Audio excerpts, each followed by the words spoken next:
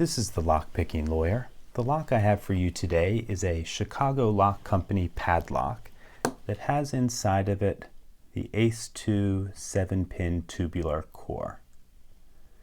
This lock works very nicely, as it should, being that it's a new lock.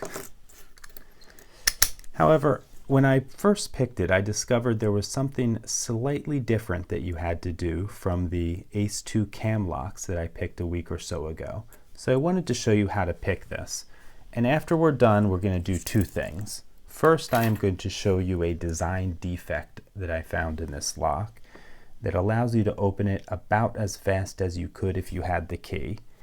And then second, I am going to show you how to take this apart because this lock does have a swappable core. So let me put this in a vise so you can have a good view of this while I'm picking.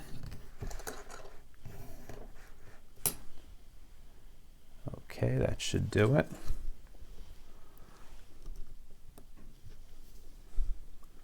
Okay, and as I normally do with an Ace-2, I'm just going to travel around the lock, pressing down on each of the pins.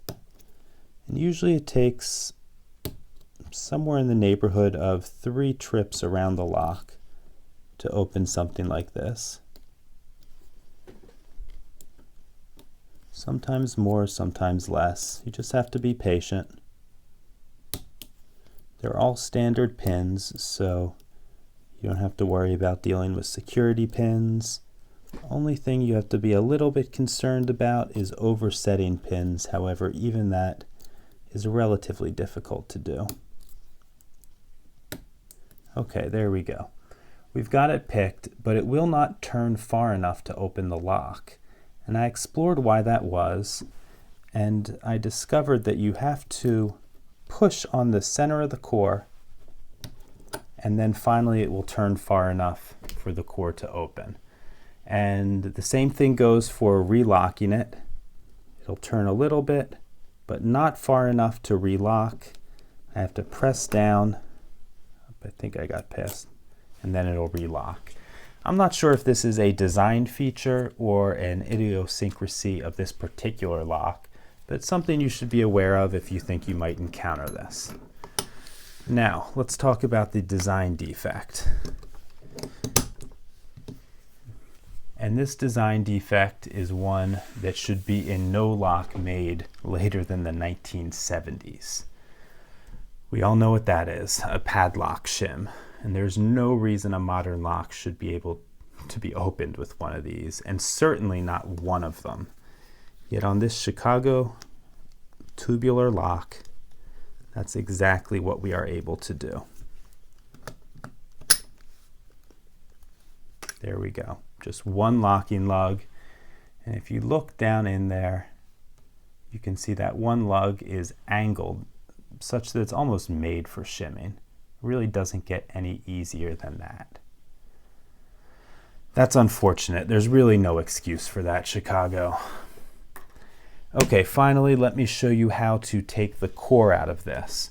As we were looking down the shackle hole, you can see there's a small Allen screw. That Allen screw doesn't actually hold anything in. All that does is block the hole of another hole in the padlock. So you can see the side of that screw there. So the first thing we have to do is stick our Allen wrench in and unblock that other hole. And once we've done that, we have to take a separate, different sized Allen wrench and stick it in this side here. And that is actually the Allen screw or set screw that holds the core of this lock in place. And we should be able to just pull it right out now. And we are. So that's a good feature of this lock, that it has a swappable core. If you need to change the lock or there's a problem with the lock, you can take the old one out, put a new one in. It's not an easily serviced lock because the only way to take it apart is by drilling out this blind steel pin right here, which is obviously not an easy thing to do, especially not in the field. but these locks are small enough and probably cheap enough that they're swappable relatively easily. Okay, that's all I have for now on the Chicago Lock Company padlock with the Duo, I'm sorry, not Duo, the Ace 2 core. If you have any questions or comments about this lock, please put them below. If you like this video and would like to see more like it, please subscribe. And as always, have a nice day. Thank you.